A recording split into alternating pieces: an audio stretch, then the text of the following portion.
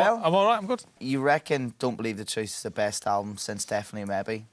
It's a big claim to make. Yeah, I said it's the best album we've made in 10 years, which would be since Morning Glory. I don't think anyone would kind of deny that. But the NME tend to twist these things and say this album's better than Definitely Maybe, which it isn't, because it's not attached to the same times, and that kind of thing can never be repeated.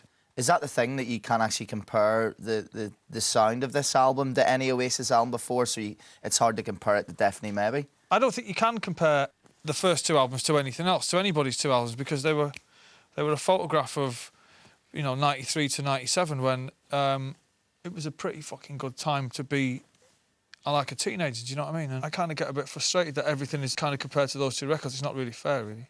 And what about Don't Believe the Truth for an album title? That came from reading a lot of rubbish in the tabloids about us, about how, you know, me and Liam couldn't bear to be in the same room together. And, you know, there's always shit in the papers, and it's kind of a cynical statement on, without sounding like Tom York, about the world that we live in. It's run by the mass media.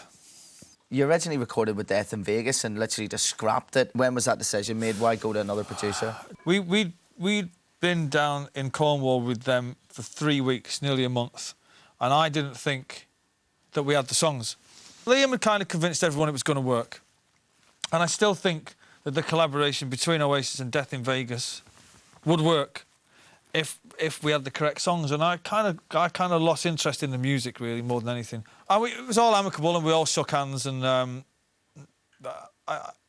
kind of disappointed it didn't work, but we did see the sessions through to the end, so maybe it's something we could go back to, and with hindsight, it might sound a bit different, like, a few years from now, you know. It might be something to put on a box set or something, you know. This album's, you also can't compare it because you've only written 5 tracks on it out of 11. Are Oasis a band for the first time? You can't get more of a band dynamic than everybody contributing ideas and everybody contributing songs to the direction of a record.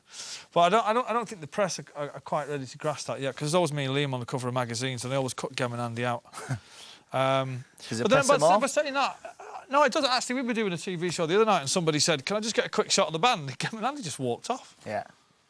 So I was like, "You fucking won't be doing that when the money's handed out at the end of the tour, will you?" You go away, you take ages to write an album.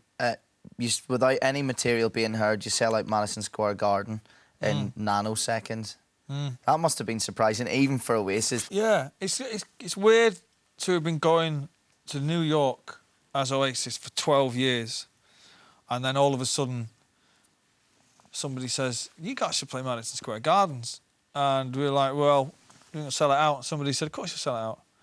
And it freaks me out that we didn't do that at the height of our fame over there in, like, 96. Logic tells me that there must be, like now when there was a reappraisal of Definitely Maybe, where young kids, their older brothers have said, "Hey, Chip, these are the British Beatles."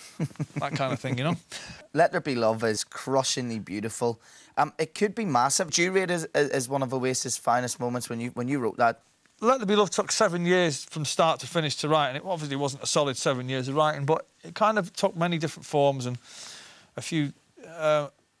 went up a few blind alleys, and I rewrote the lyrics a few times. And if I had my way, it wouldn't even be on the record, because I think it's a bit of a flag waver. But it is a great song, and it's brilliantly sung.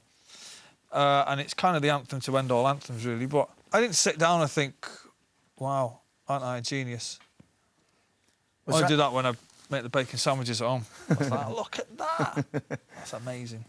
All right, good stuff. More from Noel in a second, but let's get some more music here. This is my favourite track from the album. It's simply an all-time anthem. This is Let There Be Love.